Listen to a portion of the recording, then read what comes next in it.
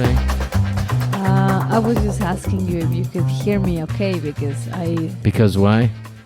because you're a little deafy. Deafy? Is that like a nice way of saying deaf? Yes. It's like people go, oh, if someone deaf, you'd be... It's when you love your deaf person, so you call him deafy. No, I think like, deaf people will feel insulted. But if you call him deafy, it's like, oh, he's deafy. As if that's like a term of endearment. That's not a term of endearment. That's like saying like, mentally handicapped E. Is that nicer? Or the impolite way of saying retardee. Okay. Which is not a nice thing to what say. about like when you say fat and then you say fatty? Is that nicer or no? Well, in Spanish it's nicer. You know what? Yes, actually, when you call someone gordita, Gordita. it's cute. Gorda is fat. Is a fatty. Is a fat woman. Gorda, yeah. Gorda. Did I say that nice. loud enough? Fat? Did I hit that hard enough? You hit it pretty hard. Okay, but gordita. Gordita is cute. It's like mi gordita. Is that like ever in a song or something? Probably not. Okay. But you know what? Do we say? Gorda as nice, as something nice. Hi, or it's like, hola gorda, ¿cómo estás? And really? yeah. In English we would never say hi fatty. That would be like the worst thing you could ever say, especially to a woman. To go, hi fatty. Hey, how's my little fatty? Yeah, like, No. ¿dónde está mi gordita? Maybe to a baby that's a little chunky or a little chunky monkey. Yeah. You can call like But still, Madalini. you don't say hi, little fatty, or anything like that, right? No. See, we like go chunky. gordita. We could say maybe chunky monkey. I don't know what we say in English. I don't know. I don't have enough experience speaking English. No, but it is. But anyway, okay, so welcome to the podcast. We are back. We took a break. And now we are back with the See What Happens podcast. And David will play again, our producer. Will play the See What Happens joke one more time, just for everyone who hasn't heard it. If you have heard it, I'm sorry. But here it is. My mom was very controlling, truthfully. It was good, though, I guess, The only thing I remember from my whole childhood, I remember most of my mom yelling at me. See what happens? You fell down. See what happens? You're crying. See what happens? You hurt yourself. See what happens? You broke that. See what happens? See what happens? I remember one time we were playing basketball about 3 miles away from the house. Somebody twisted an ankle. All of a sudden you heard, see what happened? Dude, that's your mom on a mountain over there. See what happens? And we're back. See what happens? Yes. I'm here with my lovely wife, the lovely and talented Keep going.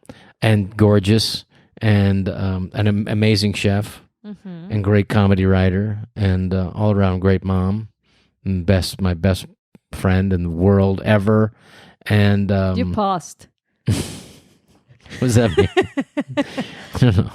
And Patricia, my Schneider. And where can they find you for people? And then, by the way, your cooking has been fantastic. You went to chef school, and we're paying the dividends. And you also have the beautiful Thermomix, which hopefully will catch on in America. Yes. I'm a fan of Thermomix. If you guys don't know what that is, explain what the hell that is, because people don't know. In America, it's the one country that, you were just explaining, you just had the Thermomix. Thermomix is like... It's an appliance. It's a high-end appliance that has 15,000 recipes and cooks the darn stuff, most of it for it. It tells you exactly what to do, exactly how much to put in. It's like chef idiot-proof Yes. appliance. Yes. Are they going to be mad that I described it that way? Probably, yes. Okay. Anyway, it's idiot-proof and a great appliance, and it makes amazing meals. And it's 15,000 recipes, and it tells you what to do. So you were at the Thermomix mixer, I guess, the other night? Yes. I went over there, and I love it. I just love my Thermomix. So basically, this appliance, it's you can cook in there, and it's an amazing blender. I would say that it's a better blender than our Vitamix that we spend a lot of money. Like you could on make that. like almond milk with it. I like that. You can make almond milk. You can make almond butter. You can make pretty much anything. Like it cooks, so you can make like risotto. You can make soups. Yeah, that's what I like. You can make pretty much We've already done this anything. episode of a podcast about food. I know. We're going back to food again. But anyway, let's go back to food. Why wouldn't you want to go back to food? But I really like what you've done to the chicken soup. And chicken soup is a specialty. Like when I come home from the road or someplace, some godforsaken place way up in, Thunder Bay, Canada. God, I love you up there in Thunder Bay, but boy, it's tough up there. Anyway, so that's as far north as you can get. It's like the North Pole's back a half an hour. Anyway.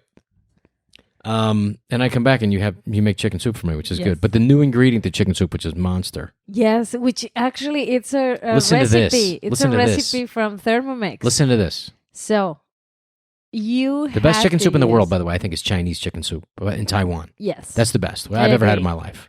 And one of the secret ingredients that they use, you figured out, which is the Thermomix, is what? Yes. Well, you have to use a little bit of sesame oil and scallions. You cheater. So you're gonna fry it a little bit, these scallions. Yeah. And then and ginger. And ginger, that's right. Yes. That's the big one. Yeah. So what I like about the Thermomix is like you put a piece of ginger and there you put the scallions. Shallots. So yeah, you're right. Shallots. Okay, shallots is like, it's not the big green onion thing. It's the bulb. Mm-hmm. It's the bulb at the bottom, the white bulb. Yes. That's a shallot. You're right, not a scallop. And you mix shallots with ginger and sesame oil, and you cook it together. But first you chop it. Oh, so basically, it's like you can do that if you don't have a Thermomix. You can do that in a blender. Chop it or like a food processor. Or in a food processor. And then once it's all together, then you fry it a little bit. Todo junto. Todo junto. And then you add the water for your soup. Yeah. And then you just start adding like your chicken. Your stuff. But it really makes a difference. Oh my God. It's delicious. It's Yes. It's a difference between chicken soup and chicken soup. Chicken soup. Yes. Okay, yeah, because they make this chicken soup. There's places in Taiwan that just make chicken soup. There's like the restaurant that's like their specialty, and it's like lava, which I really like. Your dad likes that too, just as hot as food. But you just bring it so that it's lava. It just basically it's bubbling. They bring it to you. It's like it's literally they just took it from the center of the earth. Yes, to your plate. You don't like that? I love that. I like that. I just can't because usually when I burn my mouth eating, yeah, I feel like I burn the roof of my mouth. Yeah. And I don't like that. I like it just underneath where it could melt your mouth. Just underneath there. Yeah. Yeah. Okay. But anyway, so today on the podcast, we're going to be talking about a couple things. We're going to be talking about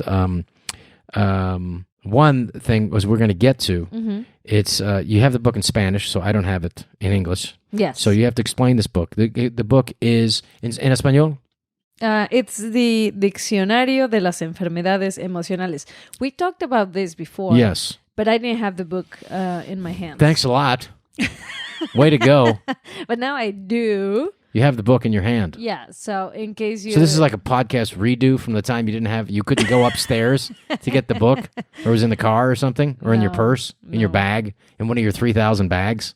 I don't have 3,000 bags. First I'm sorry, you have $3,000 bags. I always mix that up.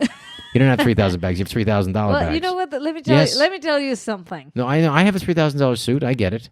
No. I get it. It's the same thing, right? I don't have as many bags. What? No. You know what my real guilty pleasure is? Zapatos. I love it today when you lied to our oldest daughter. About what? Miranda. I didn't lie. Who wants to be called Mandy now. Yes. What about it? I didn't lie to her. Yes, you did. I did? You did. What did I say? She was putting on her very comfortable shoes, these little rubber shoes, to go to the duck house, which is where she wanted to eat today. The duck house.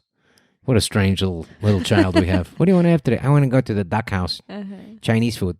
Xie. Yeah, Bogachi. Xie. And she looked down and you're putting on these spiky Valentinos zapatos, shoes. And they're a sensible heel, but it's still a heel. Yeah. And it has like a strap. And she looked at those and asked a very common sense question, which seemed extremely obvious to even a 6-year-old child. Do those hurt? Yes. And your answer was? No. They don't hurt. Much. Let's just finish that sentence. They're not comfortable. You didn't put on like your Nikes. Okay? I mean, it depends. You didn't put on your your Gucci tennis shoes, which are down the hall, by the way. Uh-huh. Yeah. Well, no, I mean, they don't hurt to go out and have, lunch. Yeah, but I'm not going to go running. right, but that wasn't what she's basically saying. Are these comfortable shoes? She said, do they hurt? Because they look, for all intents and purposes, it has spikes on the outside of it and straps, and it's got a heel, and it looks like something, I mean, they don't hurt. It looks unless I kick someone, then that other person is going to hurt. Those shoes look like part of a circus trick, I'll be honest with you. Looks like you could put them on a pole and go doing, doing, doing, doing, and being like Cirque du Soleil. Yes. In Mexico. That's true, but they're beautiful. But they're beautiful. I didn't say they're not beautiful, but I was just saying, like, when she asks you, well, they don't hurt. I didn't lie. They don't hurt. They don't hurt me. But you didn't say those will definitely hurt you. You would not want to walk more than 5 feet in those. No, I'm used to that. No, Miranda. Oh. As she likes to be called now, Mandy. Okay. Well, no, I didn't lie. They don't hurt. Well, good. I'm glad. They're comfortable. I'm glad we got that out of the way. For heels. So speaking of emocional, yes. Enfermedades. Is it enfermedades? Yes. Okay. Correct. Your Spanish is getting better. Okay. Congratulations. Gracias. So these basically explain the book again, because this is like a redo of a podcast. This is when, and I have a book like When the Body Says No, which is also similar. Yeah, it's similar because basically it's saying, which I heard from my dear hero, Dr. M. Scott Peck, many years ago. He said all mental anguish, all mental pain, all mental disease, all mental problems can be, I guess, defined by 2 words: avoiding pain. Okay. And I was like, I found that astounding. And I as the years go on, he's right. It's avoiding pain. And he said, I got to talk to him a little bit, and I said, who doesn't want to avoid pain? Yeah. But I'm saying, though, that's the reason, that's the illness, is everything. You basically, in not dealing with the problem, you create a gigantic other problem, which is the bigger problem, and which makes your life worse than just dealing with that specific problem, right? Yes. Okay.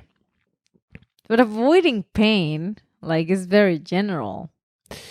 Yeah, but I'm saying avoiding the pain of dealing with the problem, okay? Okay. That you should be doing, and you create this other mess from it. Okay. Now, what's really interesting in the book, The Body Says No.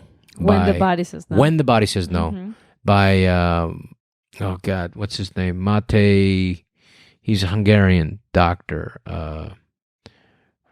Gabor Mate. Gabor? Okay. Gabor Mate. Gabor, which is, when you hear the name Gabor. This is me pronouncing it incorrect. Gabor. When you hear Gabor. When you hear Gabor Mate. You don't think like the guy was born in Los Angeles. Gabor. That you got it. You think Europe and just keep going. And if you hit Moscow, you've gone too far. Come back about 20 feet. And then you'll find like a village of Gabors. That's I think Gabor. Hungary, which is a great country, by the way. Our podcast is actually there. I think we're a popular podcast, my understanding. I love this woman from Hungary. Yeah? The one that does the facials. So first of all, I go to this woman. Yeah. I started going to this woman. For a facial, and she ends up being your psychologist. That's what I love about America. Because you could be, not completely qualified at all in a particular field, but it works. No, life coaches life coaches, Jameer, hilarious. But let me tell you something. My niece is a life coach, and get your shit together first before you start telling other people how to live their life. All right, but she's a great kid, Crystal. She's a great kid. Hold on, she is a good one, a good life coach. Yes. So, but you have to understand. Yes.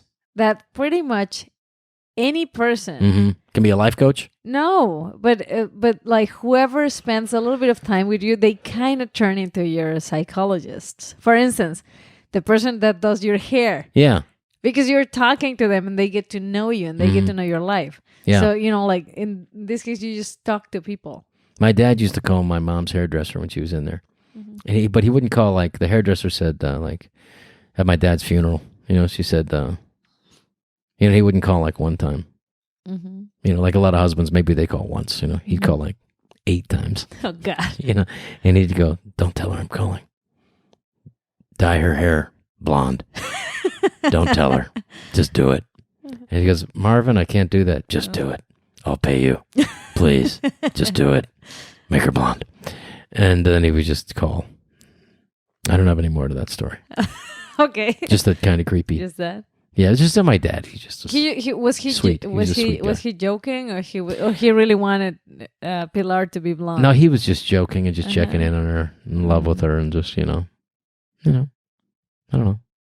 That's nice. Very sweet. Very sweet. Those like But one of my- anyways, let me go back to this woman. Yes, this So- woman, this facialist, So yes, this woman who's cleaning your pores. no, she's not cleaning your pores. What What are you is she- talking about? I don't know. What does a facialist do?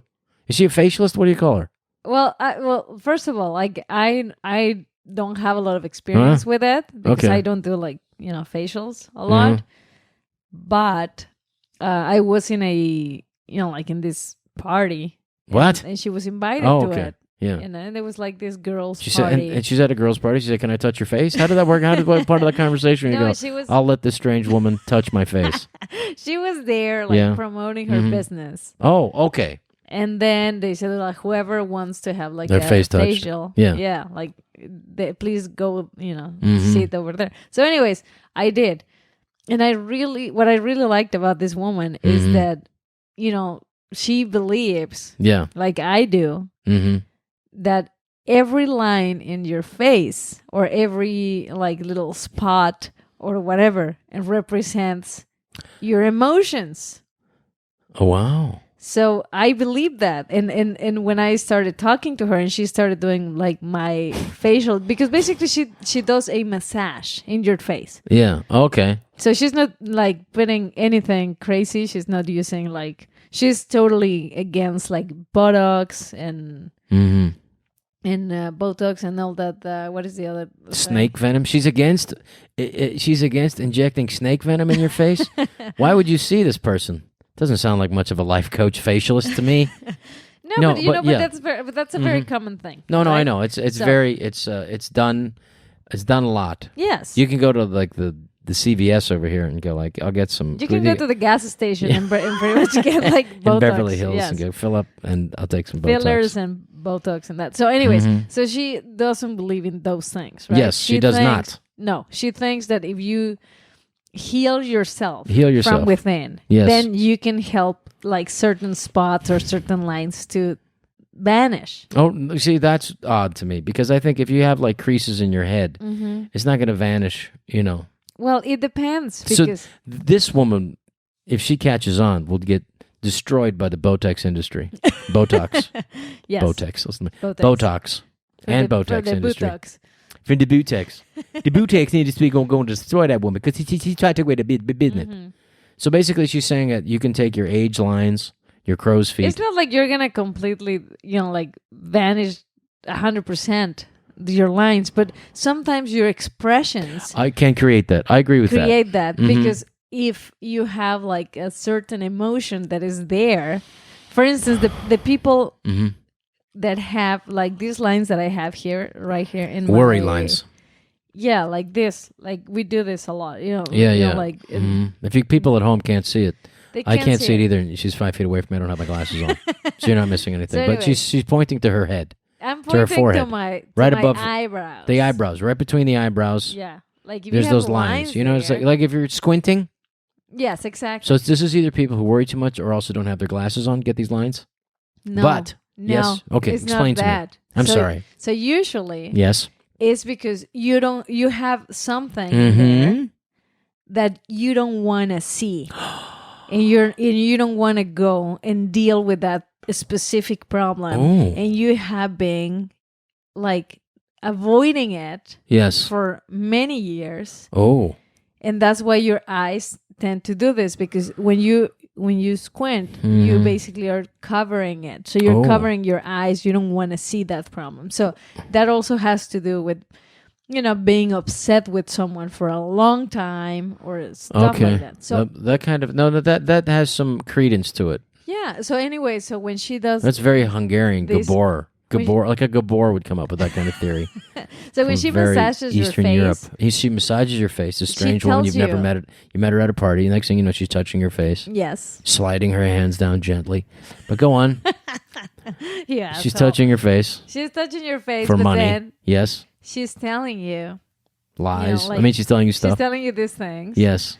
And you don't have to tell her Anything. your problem. But But she asks you, like, please just think about that specific problem while I'm massaging. And then it really helps. I don't know. Like, I've been there and did she? like 5 times. Was she able to already. remove your mother-in-law, my mom, from your forehead? That's the other bruja that I am going to. Yes. Okay. No, but I don't mean to diminish what you're saying. I just mean to debunk what you're saying. No, I think that there's something to it. I do. I do think that there is, like, I think people are a lot more obvious than they realize. I mean, people really do this thing. I guess in poker you'd call it a tell. In gambling, where people, you can see something, and I think there are, like, frown lines where people just are unhappy because they've been unhappy for so long. It affects their face, and you can just see them going, good morning, I'm miserable, or people that are happier, Yeah. and yeah, that's true. Okay, so moving forward, so the book that you have, Yes. in English, you would call it disease, or would you call it infirm? You would say It will sickness, be like the illness. dictionary of sickness or or illnesses. Yeah, the dictionary of illness. I think you'd call it, Okay. and all of it, without exception, every illness Yes, has an emotional root. has an emotional root. Okay, Like that's like I don't know. Like mention one. okay. Let's go. Let's say neck pain. Okay. Neck pain. Let I know me a lot look of for people it. listening. A lot of guys named Gabor from Hungary probably have neck pain. So neck pain would be Which, by the way, there's a really good book about neck pain yeah, and yeah. back. Jamie talks about that. Our good friend Jamie Lisso. That book is ridiculously good. It's Healing Back Pain by, who's this guy? By Everything Dr. is- John Sarno. That's it. yeah, exactly. John E. Sarno, right? John E. Sarno, MD. And That's you can a get great book. That's a great book that you'll probably never read, but you'll get it on Audible, and you'll be able to hear that. And what did you take out of that book? Why would you say that, bro? You'll never read. It's really good. And look, especially for people who Wouldn't drive. you just drive and listen to it? I mean, come on, I doesn't do that sound that. like a book that you're not going to read, but you would listen to it because you have no choice if you're stuck in traffic?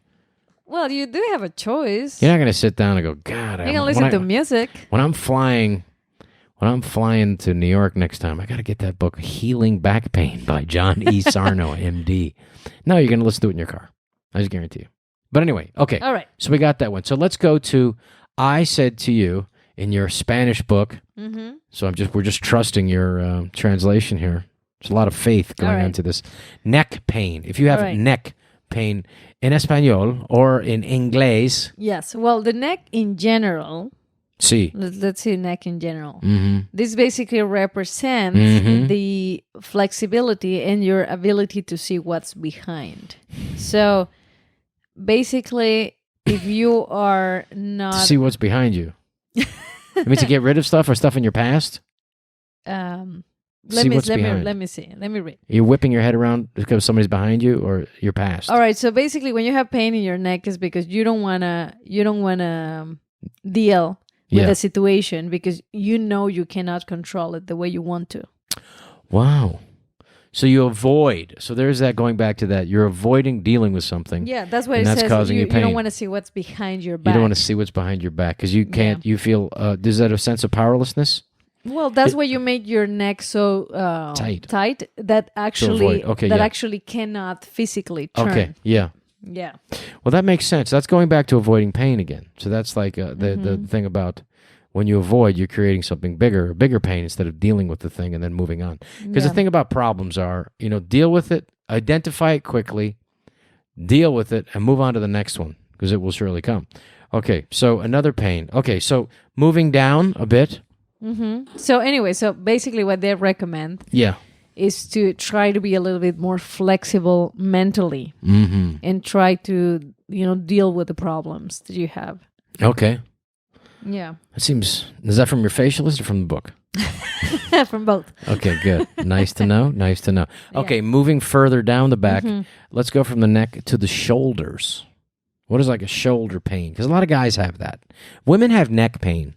Women have a lot of pain. Like my friend Carol, she had a tremendous amount of neck pain, a lot of pain. Really? And then... in that John E. Sarno book, pretty much like neck, shoulder, knees, and toes. That has to do with stress. Yes, stress is a biggie. Big fun, big again. Yeah. So which one you said? I'm saying shoulders. A lot of guys have shoulder pain. Yeah, you have shoulder pain. I had shoulder sometimes. pain. Yeah. I had a great Chinese doctor. I just saw. You know who I saw who recommended this doctor was Shaquille O'Neal, who's in Adam Sandler's new movie Hubie Halloween, coming out next Halloween. And he got me. I got hurt in a movie, and thanks to Shaq, he recommended this Dr. Shen, which was this Taiwanese acupuncturist that did this thing called cupping, and he saved my back. He literally, it was like somebody. He came. I hurt myself on the movie, The Animal, and then he literally, and like I turned white, and I was in pain, and the doing a stunt, and Barry Bernardi, the great producer, said. We're going to get shut down if we don't fix this guy. So he had, the next thing I know, Shaq recommended this Dr. Shen. He came over at midnight and bled me in those areas where I was in pain till like 3 o'clock in the morning. And it was such pain. It's like, whatever, I'll deal with more pain to get rid of this pain. And it did. And I tell you, my shoulder's been better ever since. I had a skiing accident, so I don't know if that's emotional or if that's falling on skis. I think it's falling on skis, but probably there's an emotional quotient to that too. All right. So you've been ignoring what I'm saying. No. He didn't get any of that. What was I saying? You were talking about. Now the audience gets a glimpse of what our relationship is like. Accident. Skiing. Okay, you got it. That was exactly what I said. Okay, so let's get to the shoulders. Now, right. What's the shoulders? So the shoulders represent the capacity to carry our experiences in life.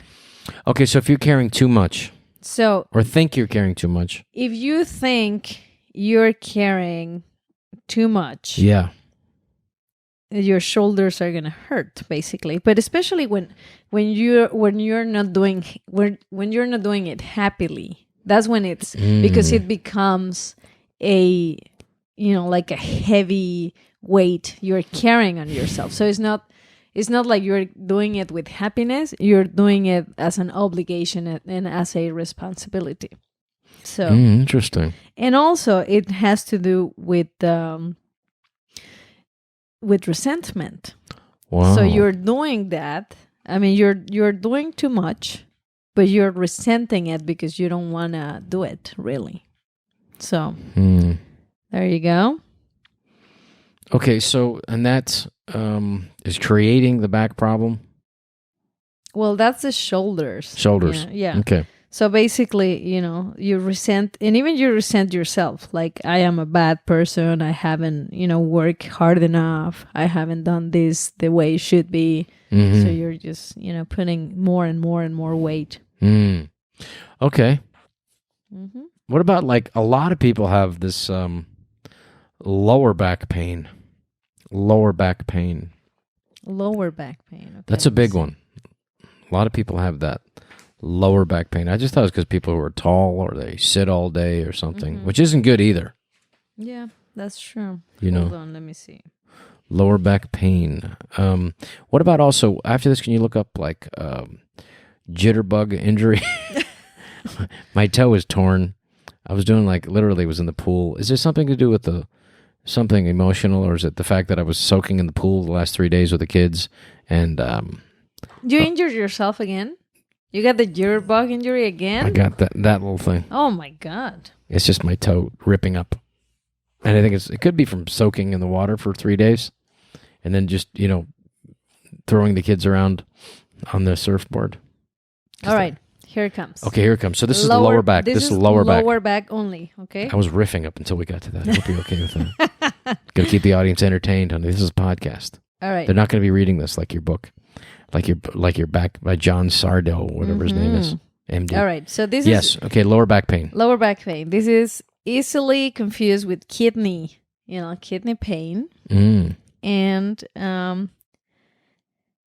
so it's when you want love and you're feeling very insecure. It's when you also have been stuck in construction. No, with the pain from your childhood. Ooh. And you don't see the end of that, or the exit. I'm sorry. It also has to do with hate against yourself. Ooh. It has to do... I should have lower back pain. No, but it has to do also with... If you have like a lot of, back lower, the lower part of your back pain. Yeah. It has to do also with your sexuality. So basically, if it's like a chronic pain, it could have something to do with some kind of sexual abuse in childhood. Wow.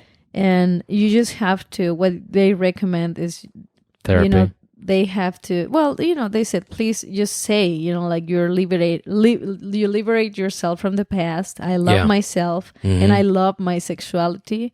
I am safe. Okay. I am a loved person. I love who I am and I am connected with my own power. I am safe. So you just have to say that a lot. So the guys who have lower back pain who are roofers, putting on tar on roofs, guys who work in construction, they're all molested and they need to love each other. They need to love themselves. No. But this is, this is a different thing. This is more like an emotional, like chronic, we're talking about. It's not like you just did something like carry your kid and hurt yourself. Okay. It's just like this is like a chronic thing. Okay, chronic. People that have been chronic. Having so we should say if you have a chronic condition of lower back pain, maybe you have some sexual issues, sexuality issues, and maybe there's some things in your past that you might just want to work on it. Yes, and that's it. It's because it's an old. It says also like old. Ira. How do you say Ira? It's like injury, old injury, no, or old, like anger. Like when it's a lot of anger. Resentment, anger. Yeah, okay. But it's an old one. So. Okay. Anyway, so that's like the lower back pain, right? So what else? Okay, well let's go to like some big ones now. No, like what is that, like sciatic? Sciatic, yeah. But I want to go to like after this. I want to go to like cancer. Ooh, there are different types. In here, like in the book. Oh, really? Okay. Yeah. So. And who wrote this book, by the way?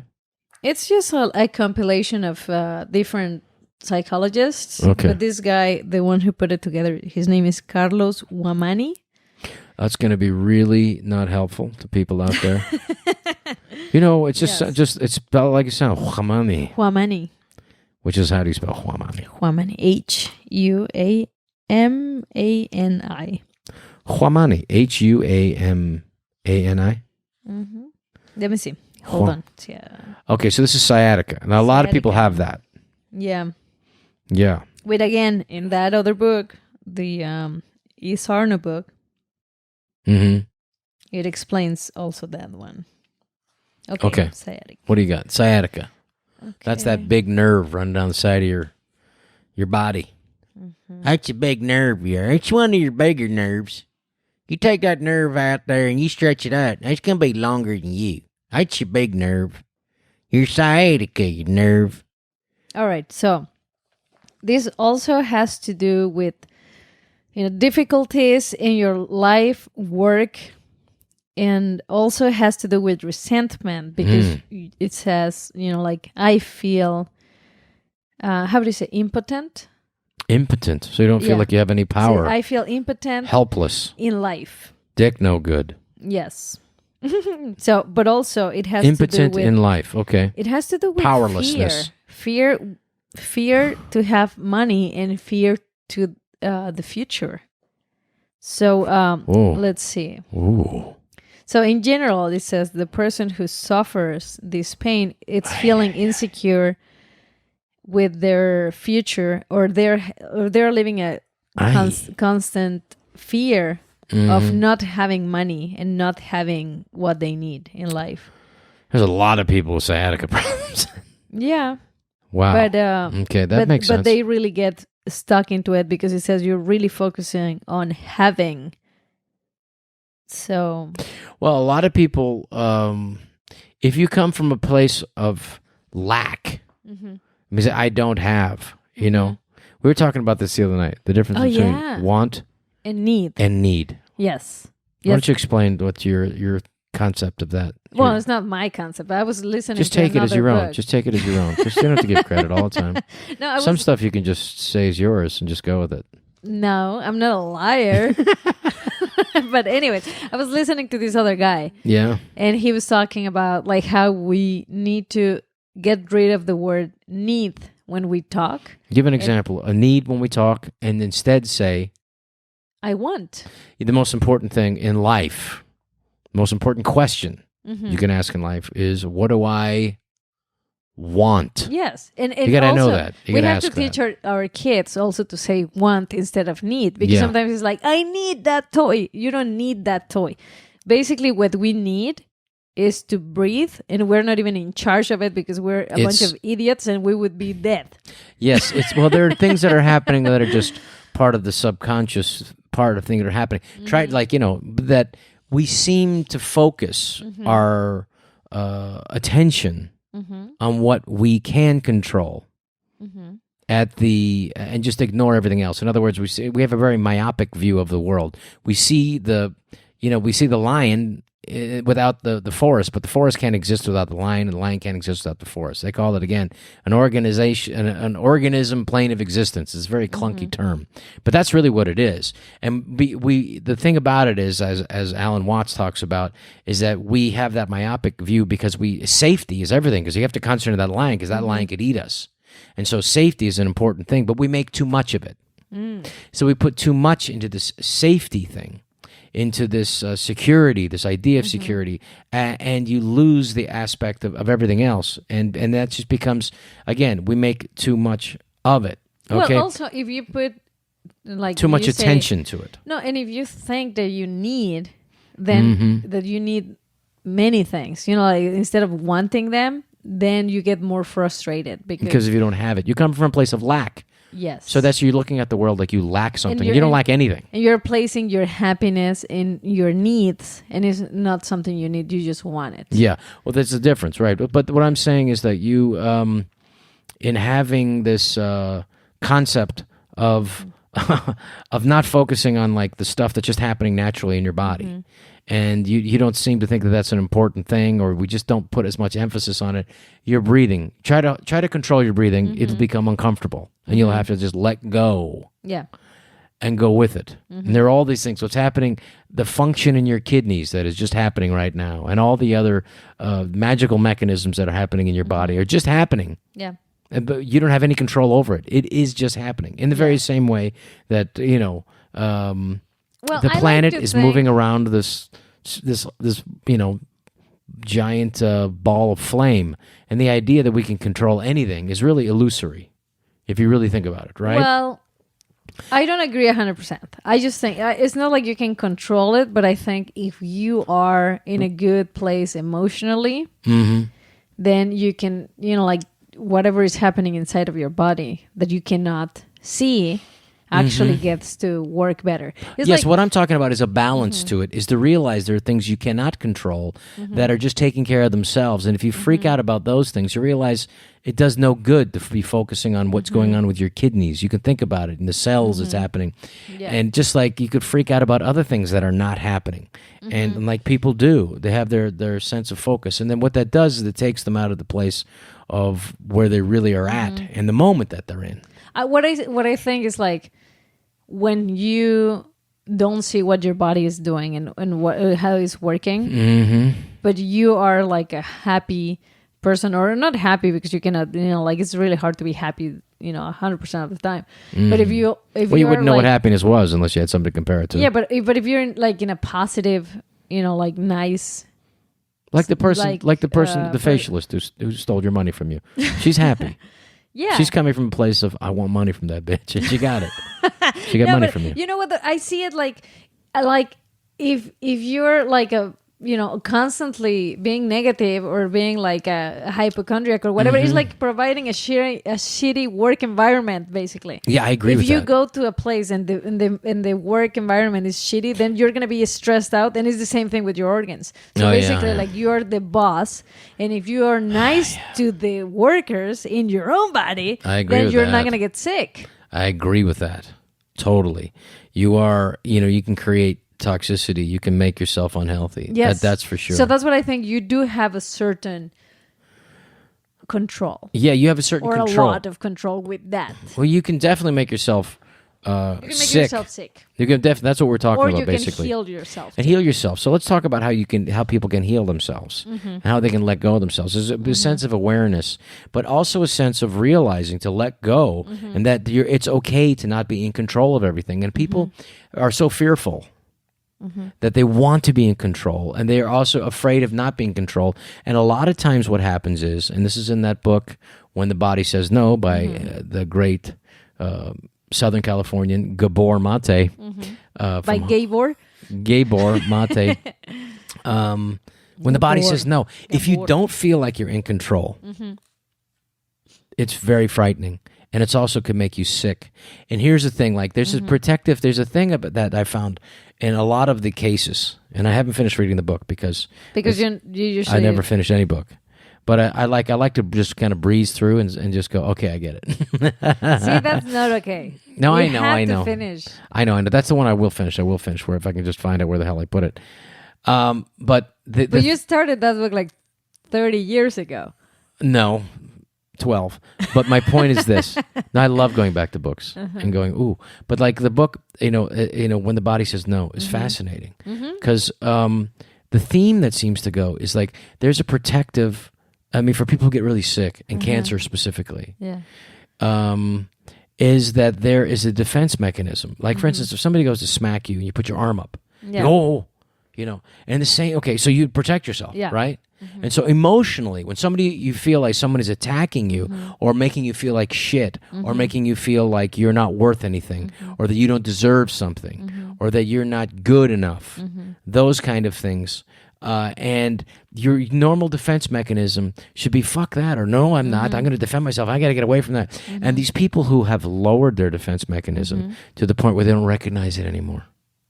And so they're just constantly that idea or that self-defense mechanism to do it has been so lowered, and so that they are just a victim, and they have they allow that over time, and time again, the body says no more of this shit. Yeah. And says, I'm out of here. And that's when the chronic illness would come in or cancer would come in. Yeah. That seemed to be the thing. Did you get that from that as well? Well, what I got from the book that I actually finished reading. Well, that's your choice. Is that, yes. Part of it is that, like, it happens, a lot of our problems, actually, a lot of our don't look at me when you say problems. Illnesses and sickness. Don't look at me like you. I saw that whole thing you were talking about before, your eyebrows coming together, looking at me. I felt that. You can control that, by the way. Yeah. Stop that shit. Go ahead. No, they have the roots in childhood. Oh God! Because looking at me again. No, because is when you get to hear those things. Right. You're not good enough. You're not doing this right. And we are... Robert, when do you turn off? Yeah, we're constantly being criticized. Yes, that's my mother. Yeah. Well, Robert, when do you turn off? But let me tell you something. Robert. The problem is, like, once you become an adult... Yes. That person is no longer criticizing you. Yes. But you are the one criticizing yourself. Oh, yes. So now you don't have the other external attacker basically telling you you're not good enough, you're not good enough. At a certain point... You've been wired to do it yourself. Exactly. So at some point you think your own, I am not good enough. You've become your own punisher. Absolutely. And that's when you get sick, because it's being like, it's being too long of dealing with that and listening to that. Recently, I was just telling you about this. One friend of mine, by the way, I want to hear that. But you also got to get to the point where you say you got to be that little boy and hug that person from that time of trauma. That's really interesting. Oh, it's a beautiful meditation. Yes, it's beautiful. Just tell that really quickly. You're going to talk about your friend. I'll write that down so we don't forget. Yeah. Because, No, I mean, what I was going to say about my friend we is enjoy medical marijuana sometimes in our brains. When we enjoy it, it also comes at a price. But your friend... No, what my friend posted recently, and I thought it was very beautiful. It says, when you criticize a kid, they don't stop loving you. They stop loving themselves. Ooh, God, that hurts. And it's true. That's why we have to be really careful about that, because usually when we have our kids, basically the whole day we're telling them what not to do rather than just letting them or just celebrating the things that they do right. I spent the whole day telling Miranda how much I loved her and how incredible she is, And like now, at the end of the day, she just says, "I'm incredible." Blah blah blah. Now, so I'm creating a monster. I think. No, but again, like we cannot just tell them like wipe your mouth. Yeah, don't use your fingers when you eat. Don't because all the time is just like criticizing them. Yeah, no, you're absolutely right. So those are the parts that I'm saying. Like we cannot be that hard with them. We have to remember that they're kids. Yeah. So there are those things. But anyways. So this meditation. This is a meditation. This is a meditation, and you can just anybody can do it. You can do it. Do it when you're not driving. You can do it. You just said my catchphrase. Jesus Christ. Just don't do it when you're driving. Just don't do it when you're driving. You can't do it when you're driving. You can do it, but not when you're driving. Exactly. You can't drive and do it. Just do it when you're gonna sleep. You can pull over and do it. You can before you sleep. You can do it. Exactly, before you go to bed. Yeah. So basically, this is what you do. You start focusing on your breathing. Can I just say that word focusing seemed pretty dirty for a second? Jesus, your English. Focus. How do you can start focusing. Focus? You can focusing. You can go focus yourself. Focus. Focusing. Focus. Focus. Focus. Focus. Yeah, okay, that's better. Focus. And then how do you say it, like... Not focusing. Focus? Do you just focus? Jesus. All right. Can you say concentrate instead? Okay, let's go back. You can concentrate. You can concentrate on your breathing. Concentrate on your breathing. Yes. A focus. You can focus on your concentrate. You can your breathing. Yes. And concentrate on your fucking. Stop it. Okay, I'm sorry. It's not my first language. It's no mi primero idioma. Yeah. So anyways. And then you have to go back. Okay. To those places that probably you don't want to go back. Oh God. Here it comes. And you got to find yourself as that little girl or little boy. Or little boy. I mean, you at can that do it, time of trauma. You can do it from like when you were a little baby, and then you start going like year by year. I mean, for you it would take like a long time, but but you can start. I can get her like a roadmap, like a baby. Then you see yourself. Mm-hmm. You carry yourself. Mm-hmm. You give yourself kisses.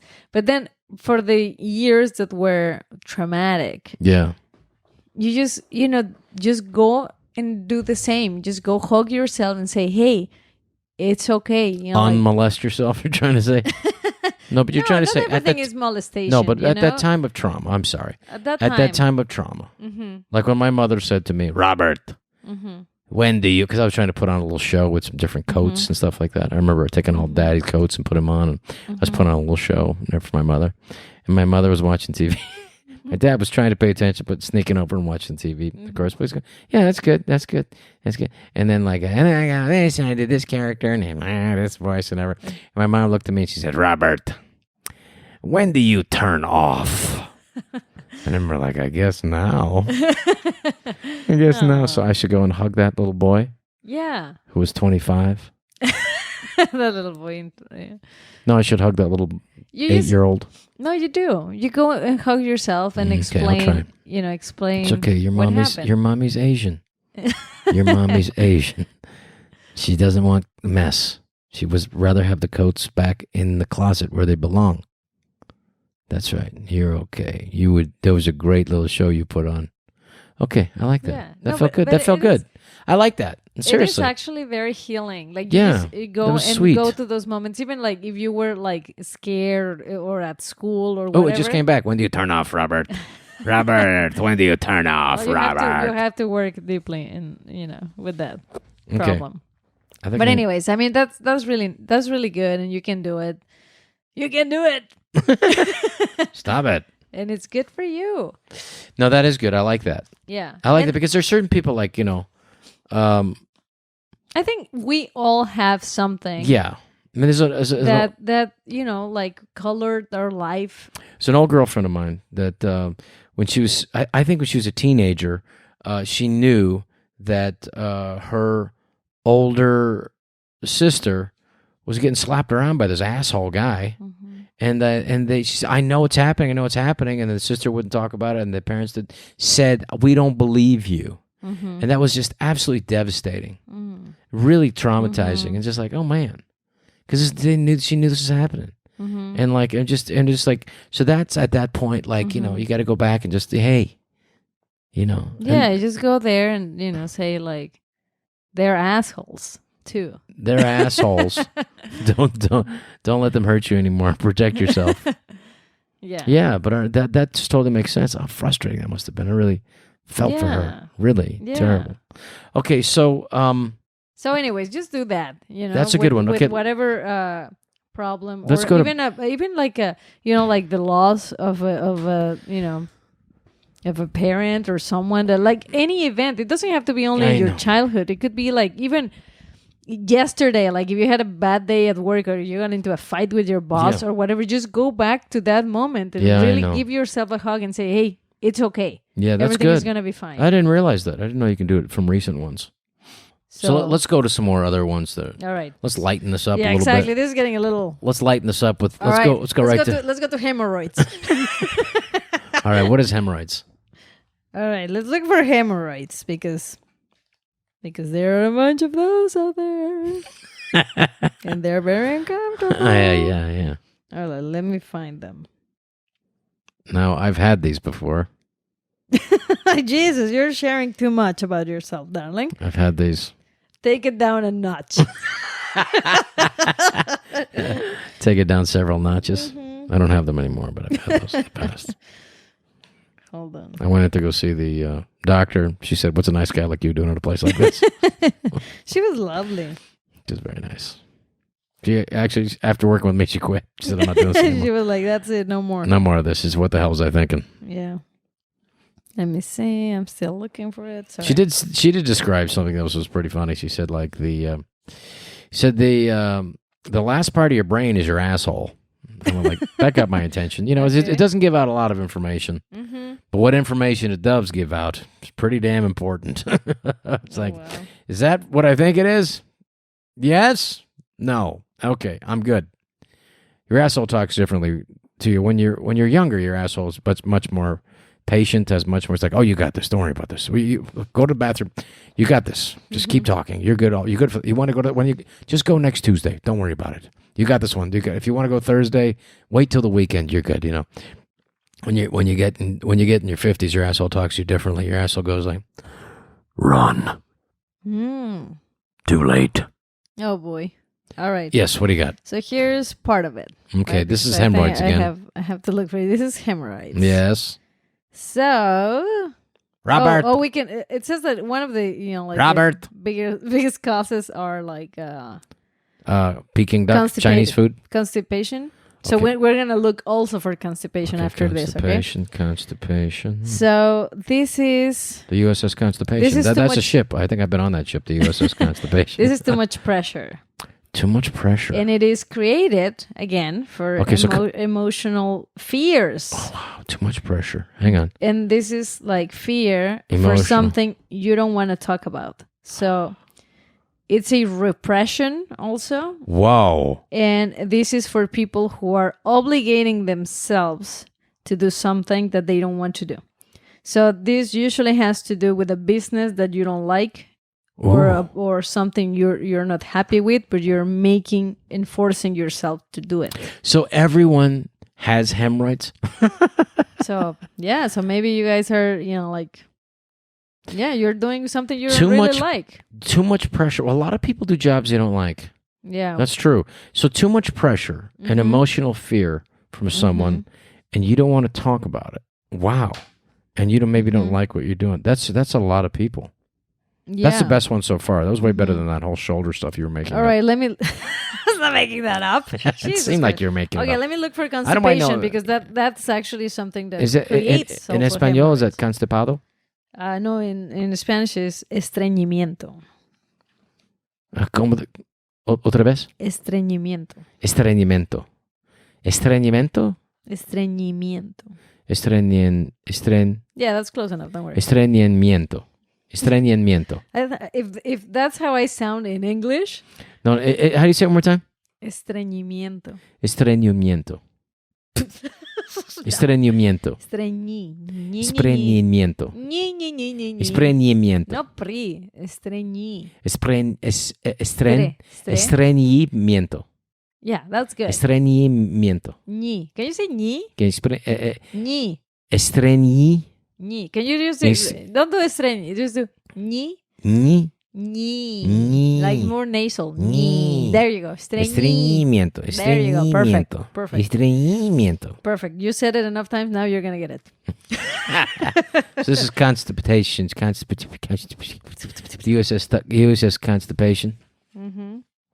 Docs, I believe. Yeah, we can say, constipado, but usually we say estreñimiento. Sounds better, estreñimiento. Yeah, it sounds like a real... Sounds like estreñimiento. It sounds like what it is, right? Like estreñimiento. Constipation. Okay, the USS Constipation, which docks, I believe, in Norfolk, Virginia. It's a big book, by the way. Yeah, it's not big enough for you taking this fucking long. Let me tell you that. Your sweet ass Spanish time over there. Well, let me tell you something, my darling. First of all, I'm talking to you in English, and I'm looking for this thing in Spanish. See. So I'm like going back and forth with my brain. So when you have a problem with your intestines, right, which basically this is what it is, you are having. Hold on, I'm translating. I'm getting constipation. Just waiting for you to talk about constipation. I'm translating. All right, now I'm gonna take my sweet ass time. Good Lord. All right. Yes. So you're very negative, and you're very stubborn. You talking about me or talking about constipation? No, I'm talking about you. I'm not talking about I'm not reading. Oh my God. Okay, so constipation is. Let me write this down. Negative. Mm-hmm. It's a person that is very negative and doesn't want to abandon old ideas. Wow.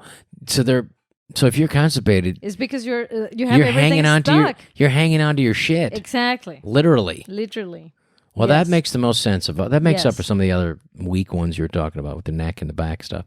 No. But seriously, it sounds like if you're negative, you're holding on to your own shit. Yes. You're constipated. Yes, and you're stubborn. And you don't want to get rid of your own ideas. Like you're holding onto your ideas way too much. Hanging onto your own ideas.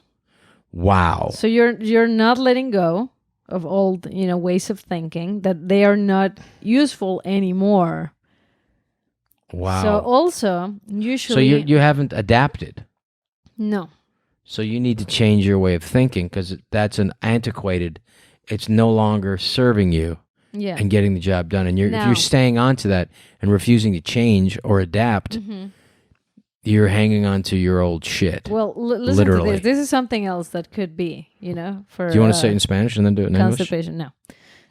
So a person that usually has constipation, it's containing what they want to say or what they want to do because they are afraid they're going to lose someone. So basically... Wow. It's a fear. It's a fear of being alone. Being abandoned. No. Being abandoned by your, by what you really want to do or you really want to say. So basically, you're not saying it just because you're afraid of losing the person. Wow. So you're containing that also. Holy shit. Mm-hmm. Literally. Yeah. Holy shit. Hold shit. Hold your shit. Hold your shit. Wow. Well, that makes a lot of sense. Okay, let's jump to the heavier stuff now. All right. Let's go to breast cancer. Oh, okay. Because that's a thing that is common, and that has to be some emotional element to that. Yeah. I mean, I have under breast cancer, there's testicle cancer. If you're also interested into that. Well, I do have a friend who had penis cancer. Yeah. I have a different theory for that. sorry about Is that less emotional and more strippery? More strippery with less brushing of the teeth. Oh. All right. Okay, what do you got? No, but when he told me he had penis cancer, I had to ask myself, I had to say, well, that's terrible. But then I said, well, what do they do? Mm-hmm. What do they do? And he said, well, they basically cut half his dick off. Jesus Christ. I don't mean to laugh, but it's just kind of a what? How was your morning? Well, they cut half my dick off this morning. My goodness. Good Lord. All right. So, yes. Breast cancer. Yes, here we go. This is an emotional one. So, breast cancer usually comes from a very strong feeling of guilt against ourselves. Whoa. So that's an association. That's what he's found. This person says that. Yes, I blame myself. I reject myself, and that also makes me fearful that the others are gonna reject me as well. Now we gotta be careful to just say that these people have not caused their own cancer. Mm-hmm. But do you think but there is some emotional elements to this thing that this book says that emotionally, and say that again, what are the, let me gonna write that down too. Well, this book, basically, what it is, it's a... But describe that one more time about the breast cancer, just one more time. What the commonalities seem to be from the case studies. Yeah, from these case studies that these psychoanalysts and psychologists they had been putting together, and everyone has in common. The profile for breast cancer would be. It's a lot of guilt. A lot of guilt. It's a big, strong feeling of guilt against ourselves. Okay. And then it says that. Yeah. So it's fear. And fear, okay. Of being rejected by others because of the own rejection that I have towards myself. Okay, because of self-rejection. Yeah, there's self-rejection, there's guilt. Yeah. So here it comes That's a big one. Whoa. So if you have cancer in your left breast, it's what were the about case studies, tendencies. These tendencies are these are like the affective and emotions, they inhibit emotions as inhibited emotions. So you're not releasing this stuff. You're holding back. Inhibited emotions as a woman. Okay. And then and also it has to do with your own mother.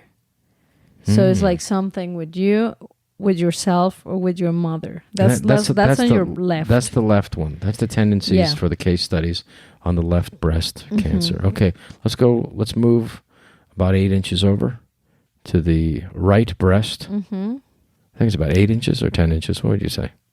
I don't know. It depends. Depends on the boob, the chest. Okay, let's just. So the right breast. Right now. breast.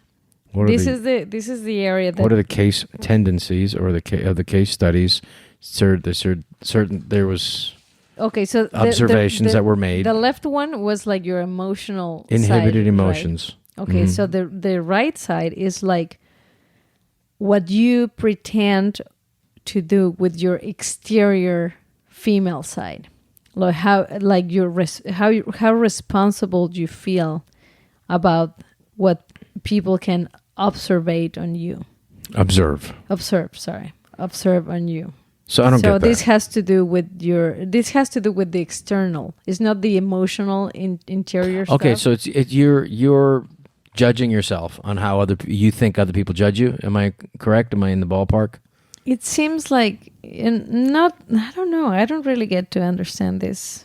What they're trying to say. Try it one more time. What it says is what I'm pretending to do with this exterior woman.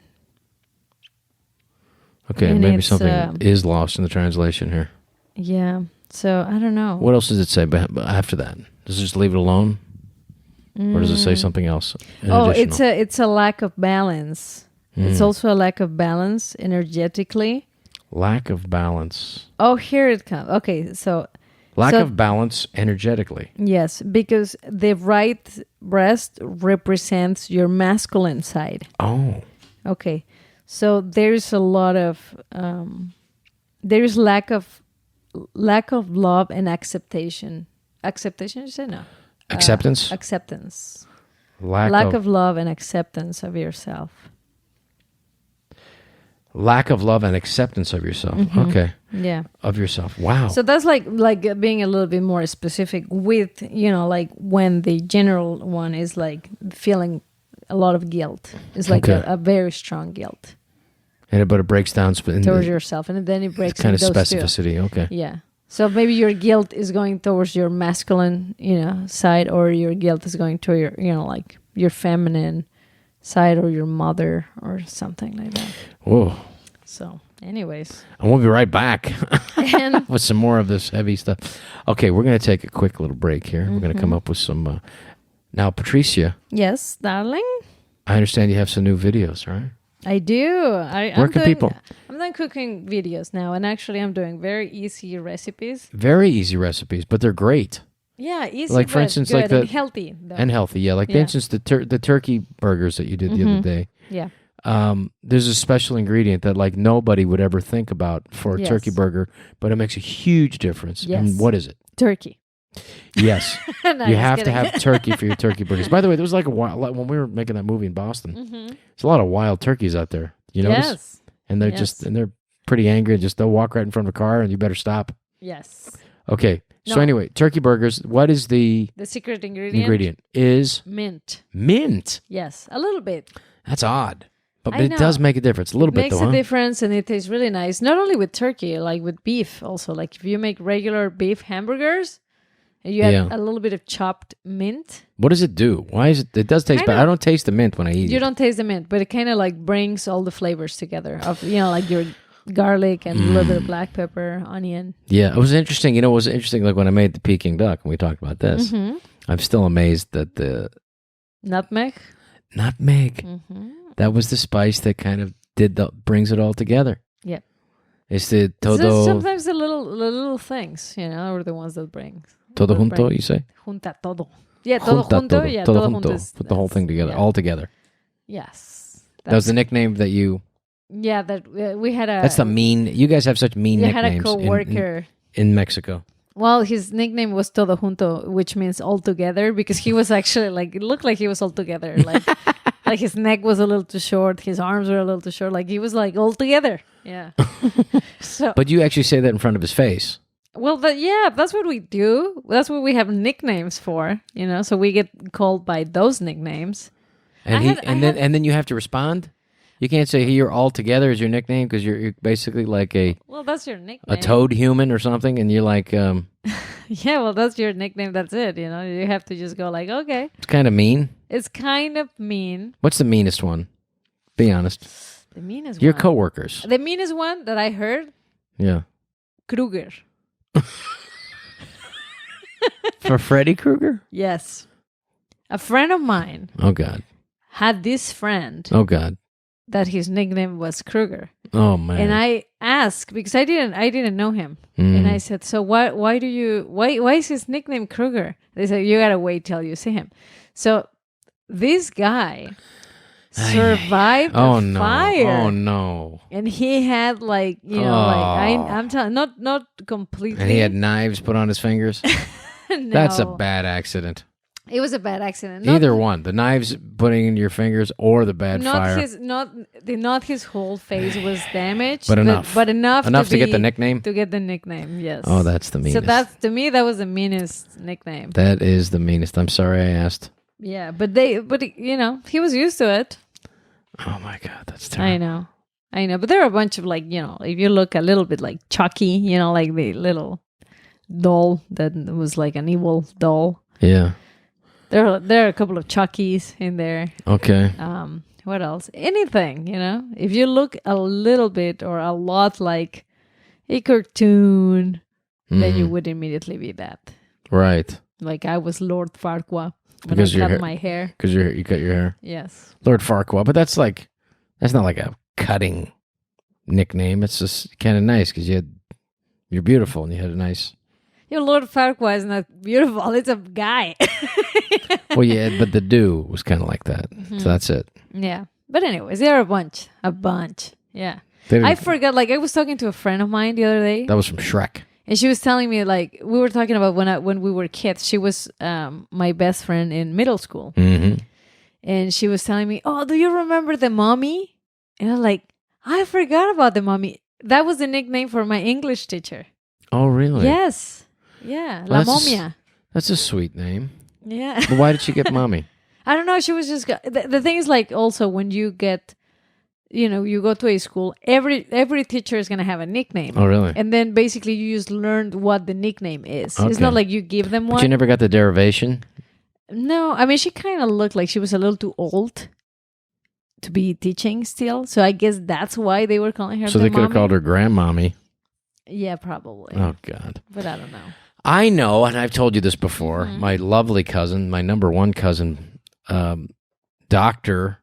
Maria Lapid, Mm-hmm. made the mistake of being she's a doctor of nursing in New Jersey. She made the mistake of picking up a pair of boots when she was like 3.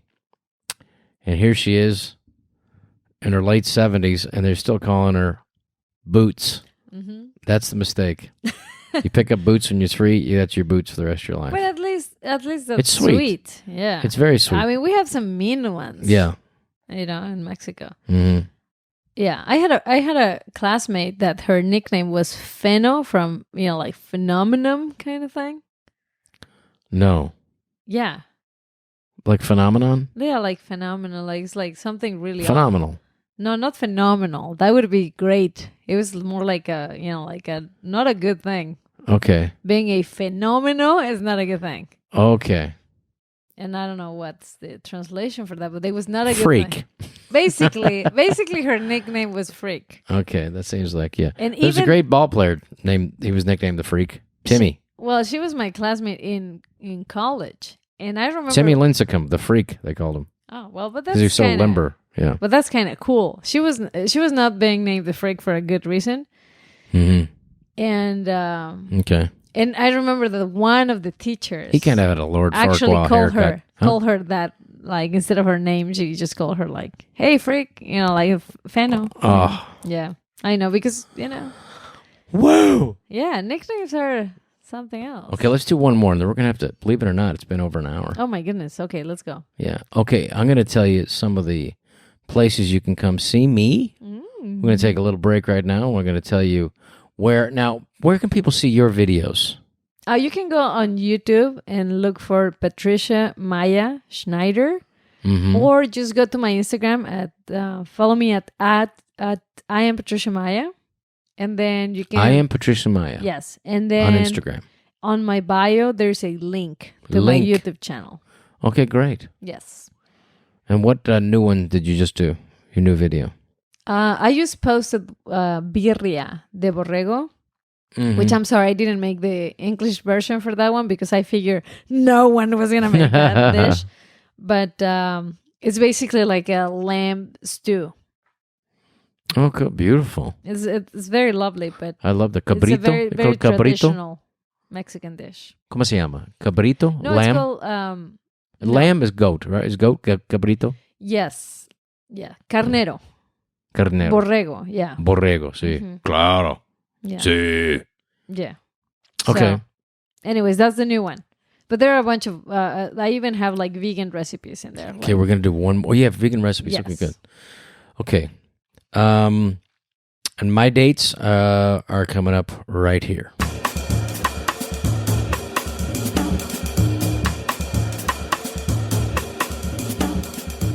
All right. You can come see me, Rob Schneider, at the Comedy Zone in Jacksonville, Florida, at September 20th and 21st. The 20th and 21st. Be up there soon. In Jacksonville, Florida. Comedy Zone. Great club. And then on the 27th, I'll be at the Hard Rock Casino in Vancouver, BC. So hope to see you then, September 27th. October 4th, I'll be at the Mont Blue Resort and Casino in Nevada. We'll see you there, October 4th. October 5th, Sally Tomatoes in Rohnert Park. There's 2 shows. We just added a show. October 5th. October 6th, we're going to be the Blue Lake Casino, Blue Lake, California. And the 18th and 19th, Ontario Improv, right here in LA. Ontario Improv. And then the Siquan Casino, October 26th, there'll be 2 shows. Might be taping something special that night. We'll see if I can get it together by then. November 1st and 2nd, the Richmond Funny Bone. November 6th, Comedy Magic Club. November 22nd and 23rd, the West Palm Beach Improv. I haven't been there in years, so it'll be great to be back there. November 22nd, 23rd. The 29th through December 1st, that's the Improv in Irvine. I'm there, it seems like every Thanksgiving weekend for the rest of my life. And those are the dates coming up, so I hope to see you there. Thank you. Okay, we're back with Patricia Maya Schneider. Now, we're going to do one last one. We only have time for one more. So I was thinking one that a lot of people have are migraines. Oh, okay. Migraines. Let me see. And let's take a look at the Spanish for migraine. Migraine. Migraña? Migraña.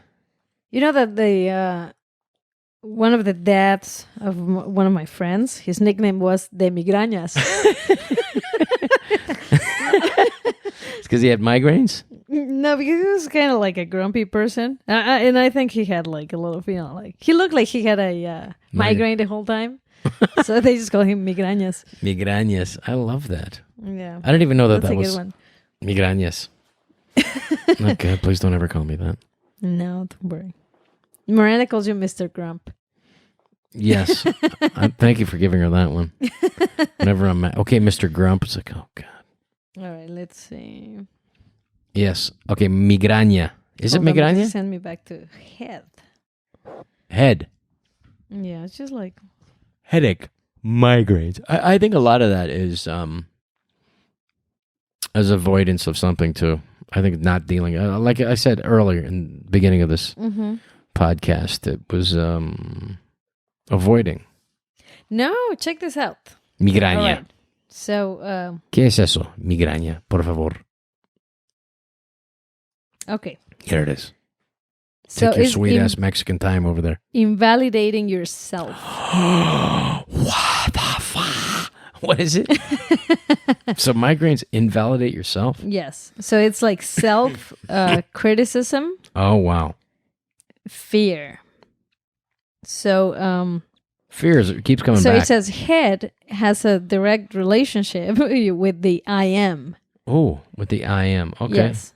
Okay. So when you think that you're not enough, like smart enough, or if you're not good enough, then you're, that's what we have all those, like, even like some expressions, like, like. Yes. Well, we do have them in Spanish. I don't know. Like, I don't know where my head is, like, stuff like that. Like, yeah, we have that. No, you don't. You do? I don't know where my head is. I got my head at my ass. We have that here in the States. We don't have, I don't know where my head is. So the head, sorry to interrupt you. No, go ahead. It's not like I was not listening. Cabeza. So the head is what represents you the most because this is what you show the world to identify you. Oh, yeah, that's true. Yeah. So when you have a problem with your head, with your head, is because usually you feel like there's something wrong with you. So that's why it's like that self-criticism. Wow. Yeah. Self-criticism. Wow, Yeah. that makes sense. You don't Does value, that explain migraines? You or don't just value yourself. Okay, so it's self-esteem, I would say. Yeah. So migraine actually is like a violent criticism to yourself. Violent self-criticism. Yes. So you that's sure what that's... this is like way too... Is there a subsection in this migraine part of the book in Spanish where it says, didn't drink coffee yet? Migraine, self-esteem low, not any... No, you know what? Caffeine withdrawal. It has to do with stress too, because it says that It's a conflict between controlling and always trying to find a solution for everything. So working too hard. But not finding it. Okay, so being frustrated. Yeah. Wow. Yeah. So also migraines are vinculated to sexual problems. Yeah. So and there are some like sexual fears in there. So anyways. Okay, that wasn't as the big one I thought it was going to be. Okay, do one more. You pick the one. So basically, just relax, Chill out. Let life. You're good flow. enough. You're smart enough. You are enough. And you have to think Love that yourself. life is on your favor. Life is in your favor. It is in your favor. Yeah. You're going to win. You're going to win the lottery. Yes. We promise you. So give it the last one. That was the last one. Which one you want? How about your eyesight going? I think you're asking for all of the stuff that you have. No, I don't have migraines. I have sometimes caffeine withdrawal, like I had this evening. So I need coffee. My brain hurts. My brain hurts. You know what else people have a lot? Like that reflux. Okay, look that one up. Yeah. Acid reflux. Let's see if it says Mexican food, which I eat 3 times a day here. Let me see. And it's beautiful you're cooking, by the way. Thank you. What acid reflux? Yeah, that's a good one to look up.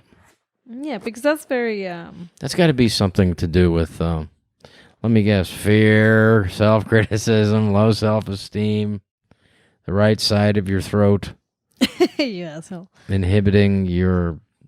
I don't know how to call feminine, masculine side. Acidez, probably. Acidez. Sí, claro. Let's see. Even acne is here. Oh, geez. What does acne mean? I don't know. Hold on. Chocolate, mucho chocolate. Too much. No, this is a great book. It's a great book. Why don't you say the name of the book one more time? It's the Dictionary of... Oh, well, I'm going to say it in Spanish because it's only in Spanish.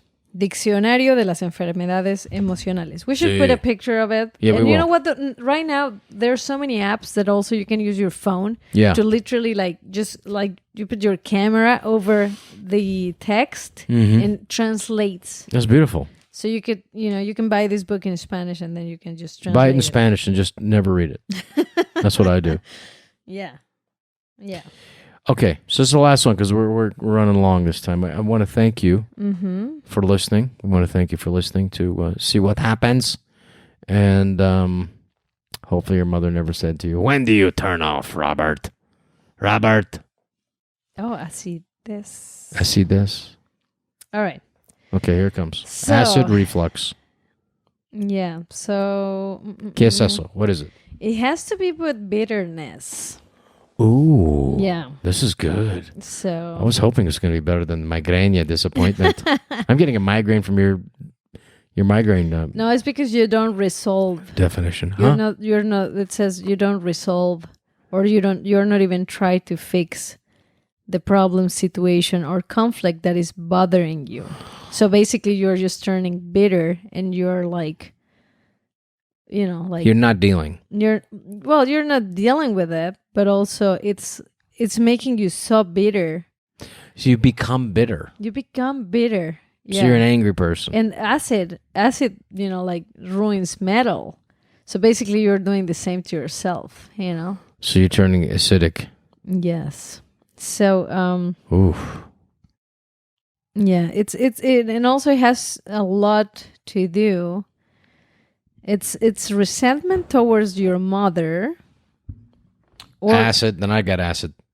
I just got acid just thinking about it. Or you know what else? It's also resentment towards your children.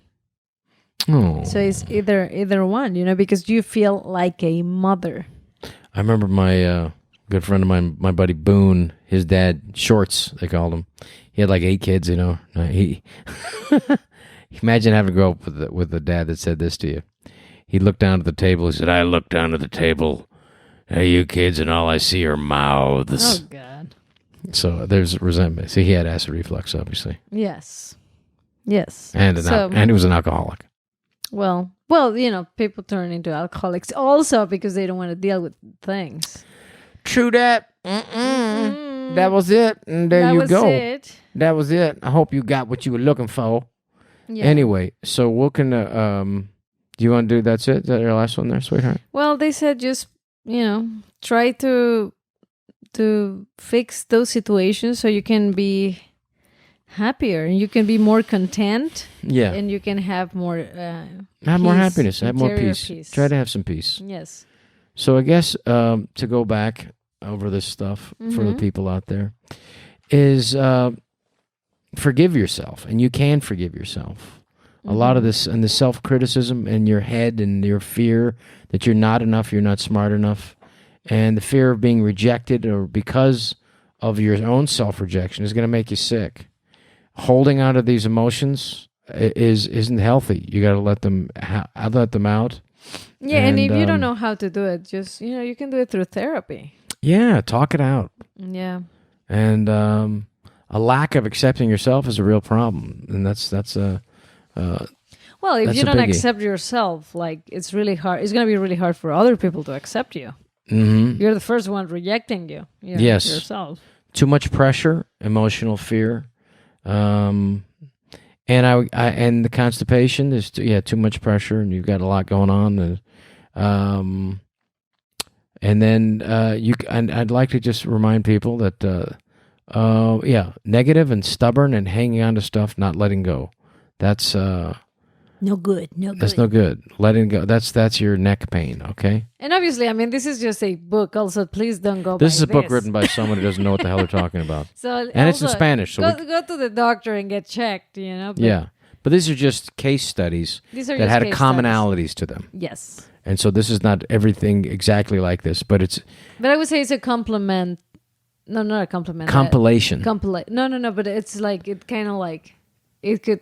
Like encompass that that word right there. Okay, a fear of abandonment. Okay, is a big one, and you can go back, find that little girl, find the little boy in you, and just take a moment and hug him. Why not? I think that's a nice thing.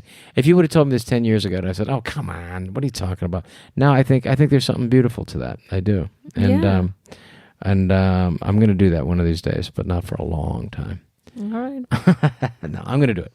I saw myself. Robert, when do you turn off? And I'm going to turn off right now because that was it for this podcast. See what happens? Thank you, Patricia Schneider. We look forward to some more of your beautiful videos and the great food. I look forward to that. I look forward to wearing sweats for a lot of the end of 2019. And all the best. I love you. I love you. And thank you for everybody for listening to See What Happens, and we'll see you next time right here. And maybe we'll have Jamie Lissow join us. Okay. See What Happens. Thanks for listening, and thanks for continuing to watch us. And you can go to robschneider.com to check out my dates and come see me performing, and we'd love to see you. And thanks for listening, and join us again on See What Happens.